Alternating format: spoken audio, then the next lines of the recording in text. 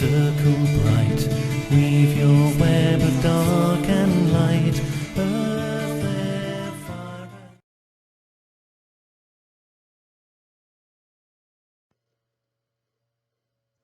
Hello everyone, welcome back to another edition of Witches of the Moon. I am your Monday hostess, Natalie. This is week 14 of season 13. This week we are discussing incorporating non-witchy beliefs into your magical practice. This was a topic that was suggested by a viewer, so I hope that if you are that viewer, this will answer any questions that you have regarding that topic.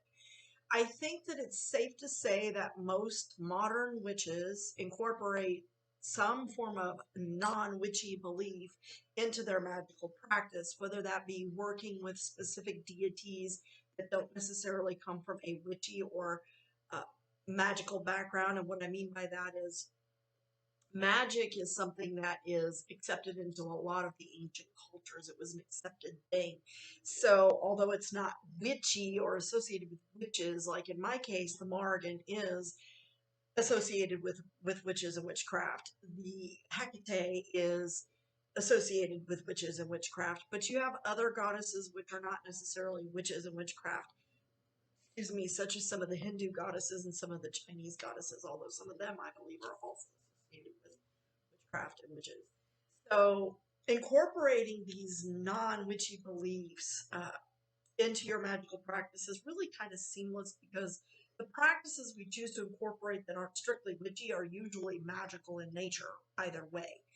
So a lot of the Native American beliefs, because witchcraft being earth-based, some view it as a religion, some don't see it as a religion, but it's a way of life, right? So let's, for our purposes for this video, state that your religion is the set of values that govern your way of life, okay? In my case, that being witchcraft, because I believe that nature is a representation of God. It is a creation of the gods, of the Lord and the Lady, that we have a God and a goddess who have created this beautiful place that we live in that we are not very good stewards of, and that magic is simply the incorporation or manipulation of the energies around us for a purpose, whether that be for ourselves or for someone else that we are working for or doing working for. I like to think of spellcraft as an amped up prayer, right? We utilize all of the resources. We don't discount any resources, so we'll utilize light and fire, the elements, herbs, things like that in order to amp up that prayer so that that energy gets expelled out into the universe and is created. Now, that being said, a lot of the other cultures, such as the Native Americans, a lot of shamanistic practices are not necessarily witchy, but they get incorporated into our magical practices. So for me, I have been initiated into the 9 rites of the Moonlight Key, which is a shamanic tradition out of Peru. I incorporate a lot of those practices that I was taught into my witchy practice. And for me, it was a seamless transition because although it's not technically witchy, it is magical in nature. And so I find that a lot of us incorporate those things directly into our practice. So what I may do is I may incorporate more drumming into my magical practice. Drumming in and of itself is not really witchy. It's more shamanistic, but it is a practice that a lot of us utilize. We often attend drumming circles. We know scientifically through some of the studies, and we did music in the craft, I think 2 seasons ago, and I actually give the studies, I believe, that I was reading at the time, where drum beats particularly are known to have a neurological effect on the brain, and that there are certain things that affect all humans the same way. And so those binaural drum beats actually shift or alter our state of consciousness, much the way a mind-altering substance might do. So for me, I don't engage in mind-altering substances, except I do use flying ointment that I create. I do sell it in my shop if you're interested. It's thepurplebroom.apothecary.com.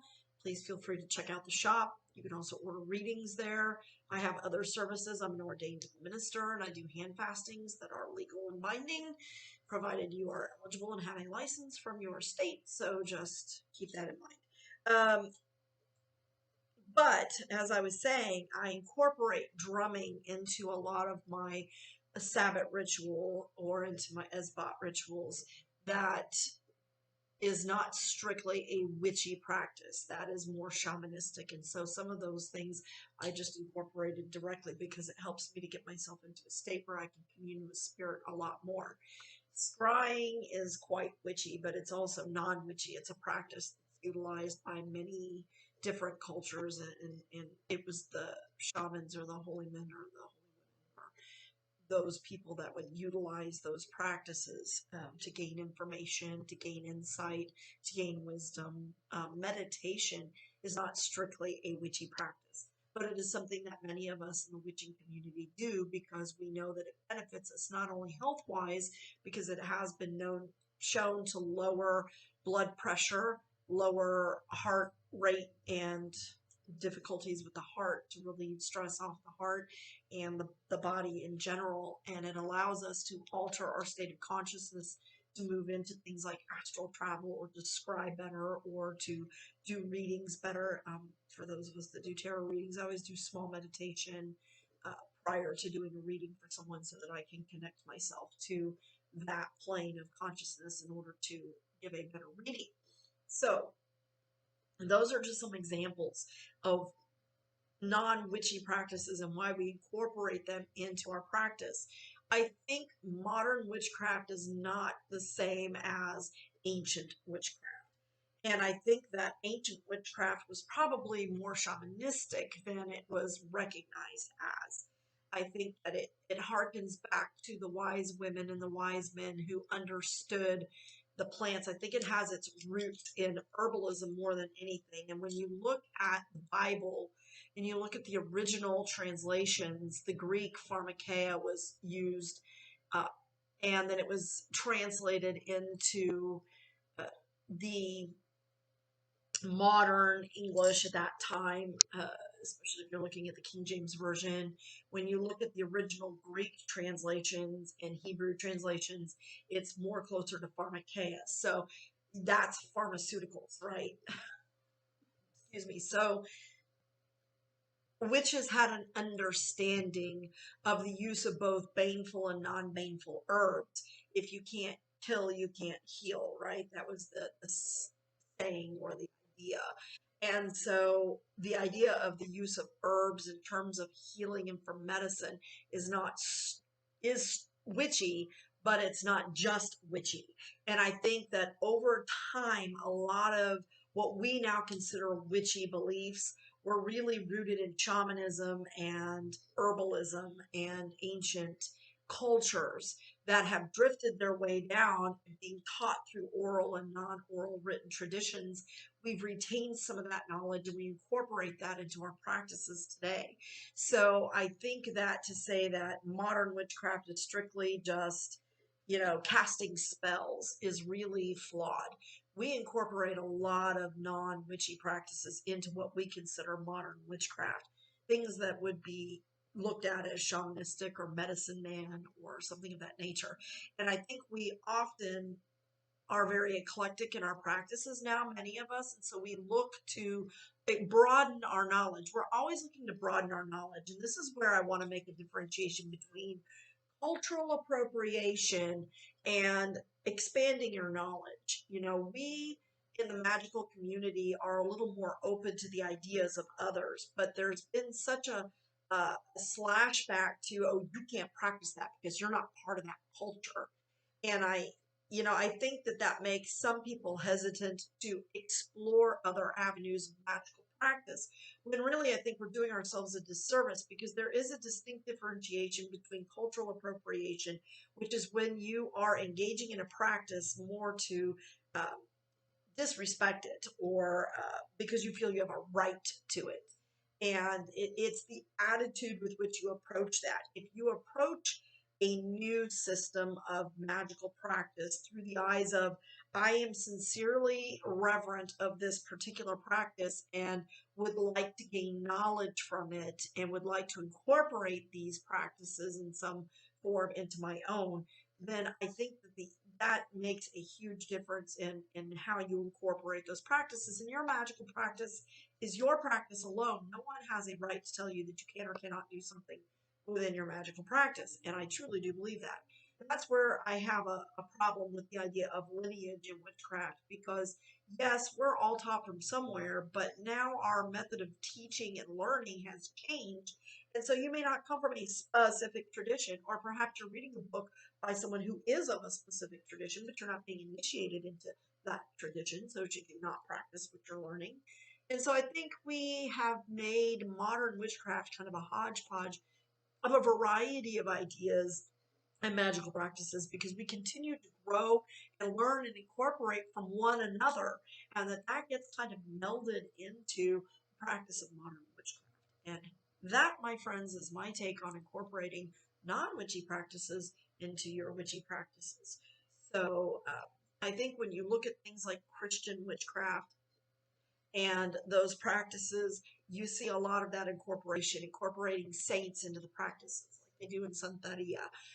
The way that the Christian witches may utilize Christ or the saints within their magical practice. The way that I incorporate ancient Egyptian magic into my practice. Reiki, which is not really a witch practice. As a matter of fact, it was actually radio. I was seeing this little black thing up on top of here going, what this thing right there? I was going, what is that? Thought somebody had fallen over, now I realize it's the radio. Anyhow, as I was saying, utilizing ancient Egyptian magic, it's not really witchy or witchcraft, but I utilize those and I reverence that pantheon. And so I will utilize things I have learned about that from the Book of the Dead into my own practice. Like I said, the use of the saints and the Proverbs, Psalms in practice is a way of incorporating non-witchy practices into your magical practice.